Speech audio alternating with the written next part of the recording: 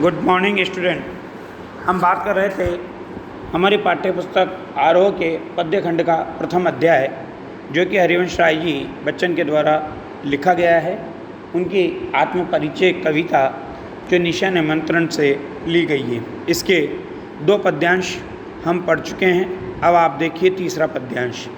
मैं निज उर के उद्गार लिए फिरता हूँ, मैं निज उर के उपहार लिए फिरता हूँ।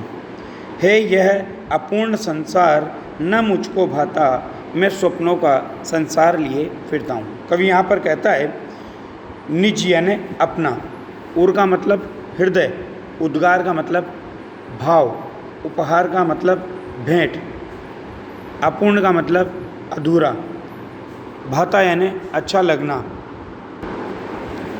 स्वप्नों का संसार अर्थात नई कामनाओं वाला मौलिक संसार। तो कवि क्या कहता है, मैं निज उर के उद्गार लिए फिरता हूँ। कवि कहता है कि मैं इस दुनिया के बारे में नए नए मनोभाव रखता हूँ। उद्गार यानी भाव, मैंने बताया था अभी कि मैं इस दुनिया के बारे में नए नए मनोभाव रखता हूँ। मैं उन्हीं मनोभावों को लिए उमड़ता घुमड़ता रहता हूँ, अर्थात मेरे मन में इस संसार के प्रति जो नए नए मनोभाव है, उन मनोभावों को मैं हमेशा अपने साथ लेकर के चलता रहता हूँ। उसके बाद मैं निज उर के उपहार लिए फिरता हूँ। कवि कहता है मैं, अर्थात मैं निज उर यानी अपने हृदय के, उपहार यानी कोमल भाव, किसको देने के लिए, उपहार यानी भेंट, कोमल भाव की भेंट किसको देना चाहता है, वो इस संसार को देना चाहता है। तो क्या कहता है, मैं निज उर के उपहार लिए फिरता हूँ कि मैं मेरे हृदय में जो कोमल भाव हैं, उन कोमल भावों के उपहार को मैं इस संसार को प्रदान करना चाहता हूँ। उसके बाद क्या कहता है, हे यह अपूर्ण संसार न मुझको भाता। कवि कहता है ये संसार कैसा है, ये बाहरी संसार मुझे अपूर्ण लगता है, अधूरा लगता है। अधूरा क्यों लगता है, क्योंकि संसार के लोग सांसारिक जिम्मेदारियों में डूबे हुए हैं और ये प्रेम में डूबा हुआ है। तो प्रेम से परिपूर्ण संसार ही पूर्ण कहलाता है। प्रेम के अभाव में संसार को कभी पूर्ण नहीं कहा जा सकता। इसलिए कवि क्या कहता है कि ये बाहरी संसार मुझे अधूरा लगता है, क्योंकि इसमें किसका अभाव है, इसमें प्रेम का अभाव है। इसलिए न मुझको भाता, कि इसलिए ये प्रेम विहीन संसार मुझे भाता नहीं है, अर्थात मुझे अच्छा नहीं लगता है। उसके बाद क्या कहा, मैं स्वप्नों का संसार लिए फिरता हूँ कि मैं, मेरे मन में जो प्रेममय संसार है, उस प्रेममय संसार का एक सपना है और उस सपने को लेकर के मैं भटकता फिर रहा हूँ, चलता फिर रहा हूँ। अर्थात कवि क्या कहना चाहता है कि मैं अपने अनुसार एक प्रेमिल संसार की रचना करना चाहता हूँ। तो क्या कहा, मैं स्वप्नों का संसार लिए फिरता हूँ कि मैं, मेरे सपनों में एक प्रेम से युक्त जो संसार है, उस संसार के सपने को लेकर के मैं हमेशा चलता रहता हूँ, अर्थात भटकता रहता हूँ, क्योंकि मैं अपने अनुसार एक प्रेमिल संसार की रचना करना चाहता हूँ। अब देखिए, ये तो हुआ पद्यांश की अर्थ। अब बात करते हैं कवि और इस पद्यांश के संदर्भ में। ये कवि प्रेम पाने के लिए और देने के लिए प्यासा है।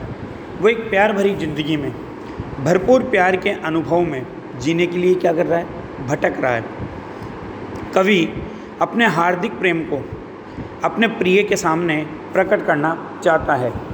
उसे प्रेम के बिना यह संसार अधूरा प्रतीत होता है। वो अपने मन में प्रेम भरे संसार की कल्पना करता है और उसी में जीना चाहता है। कवि उर का उद्गार और उपहार है, अर्थात कहने का मतलब है कि कवि के उर का उद्गार और उपहार क्या है, अपने प्रिय को भरपूर प्रेम देना। कवि प्रेम को संसार की सबसे मूल्यवान भावना समझता है, मानता है। इसलिए वो प्रेम शून्य संसार को अपूर्ण और अधूरा मानता है। स्वप्नों के संसार से यहाँ पर कवि का आशय क्या है, प्रेम की भावना से परिपूर्ण आनंदमयी दुनिया में जीना। और कवि ने इस पद्यांश में निजी प्रेम को खुले शब्दों में स्वीकार किया है।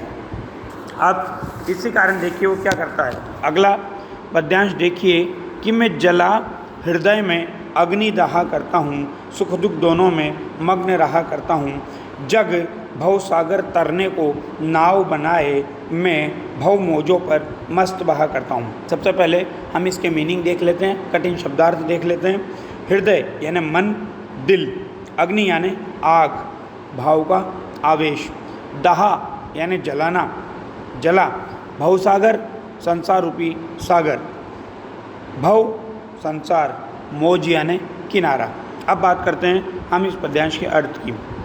कवि कहता है कि मैं जला हृदय में अग्नि दहा करता हूँ। कवि कहता है कि मैं स्वयं ही अपने हृदय में प्रेम की अग्नि को जलाता हूँ और फिर उसकी आँच में स्वयं ही सुलगता रहता हूँ, कि मैं जला हृदय में अग्नि दहा करता हूँ। अर्थात कवि के हृदय में कौन सी अग्नि जल रही है? प्रेम की अग्नि। और वो प्रेम संसार स्वीकार नहीं कर रहा। जब संसार स्वीकार नहीं कर रहा तो उस प्रेम की अग्नि को स्वयं ही अनुभूत कर रहा है, स्वयं ही उस आग में जल रहा है। तो कवि क्या कहता है कि मैं जला हृदय में अग्नि दहा करता हूँ। कवि कहता है कि मैं स्वयं ही अपने हृदय में प्रेम की अग्नि को जलाता हूँ और फिर उसकी आँच से, उसकी तपन से स्वयं सुलगता रहता हूँ। और उसके बाद क्या कहता है? सुख दुख दोनों में मग्न रहा करता हूँ, कि मैं इसी प्रेम दीवानगी में मस्त होकर जीवन में आए सुख और दुखों के बीच तल्लीन रहा करता हूँ। कहने का मतलब है कि ऐसी स्थिति में मेरे जीवन में चाहे सुख आए चाहे दुख आए, मैं दोनों में मस्त रहता हूँ, क्योंकि मैं प्रेम में दीवाना हूँ। प्रेम की दीवानगी ने मुझे घेर रखा है। मैं प्रेम दीवानगी से पूरी तरह मस्त हूँ और उसी मस्ती में जीवन में आए सुख और दुख दोनों के बीच मैं तल्लीन होकर के रहता हूँ। अर्थात न सुख मुझे आनंद देता, न दुख मुझे पीड़ा प्रदान करता। यह संसार, उसके बाद क्या कहा? जग भव सागर तरने को नाव बनाए, मैं भव मौजों पर मस्त बहा करता हूँ। कि यह संसार विपदाओं के सागर के समान है, कठिनाइयों के सागर के समान है, संकटों के सागर के समान है, और परंतु मैं प्रेम रूपी नाव के सहारे उन विपदाओं को पार कर लेता हूँ। क्या कह रहा है? जग भव सागर, के संसार क्या है?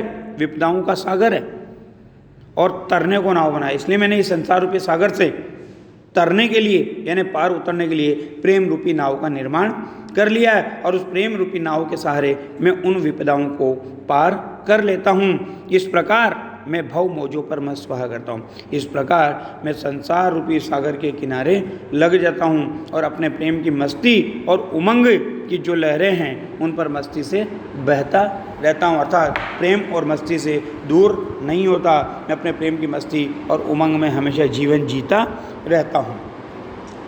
अब इस पद्यांश में कवि की वास्तविक मनोदशा क्या है मैं बता देता हूँ आपको। कवि प्रेम की मदहोशी में मस्त है।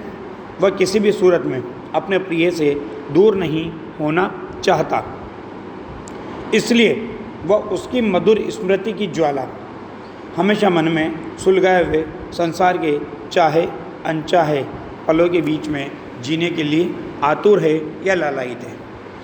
कवि अपने हृदय में अग्नि जलाकर क्यों दया करता है? क्योंकि कवि को अपने प्रिय से अत्यंत गहरा प्रेम है। उसे प्रिय की मधुर यादों में ही आनंद मिलता है, अतः वह वियोग की मनोदशा में भी प्रिय के विरह की अग्नि जला करके दहा करता है। यहाँ पर भवसागर को तरने के लिए नाव बनाने का क्या मतलब है? क्योंकि यह संसार सागर के समान मानता है कवि कि महाभयंकर है, इसे तैरने के लिए कोई न कोई नाव अवश्य चाहिए। कवि अपने प्रिय के प्रेम को नाव बनाकर उसी के सहारे ये संसार रूपी सागर, यह भवसागर पार करना चाहता है। भव मौजों का आशय क्या है? यहाँ पर भव मौजों का आशय है संसार का किनारा। भव मौजों का आशय है संसार का किनारा। कवि कहना चाहता है कि उसे संसार के आकर्षणों में कोई रुचि नहीं है, इसलिए वो संसार के बीच न घुसकर उसके किनारे किनारे रहा करता है, उसके लहरों पर मस्ती से बहता रहता है। अर्थात कहने का अभिप्राय है कि उसे सांसारिक विषय वासनाओं से गहरा लगाव नहीं है। आ जाओ बेटा, आ जाओ। Good morning.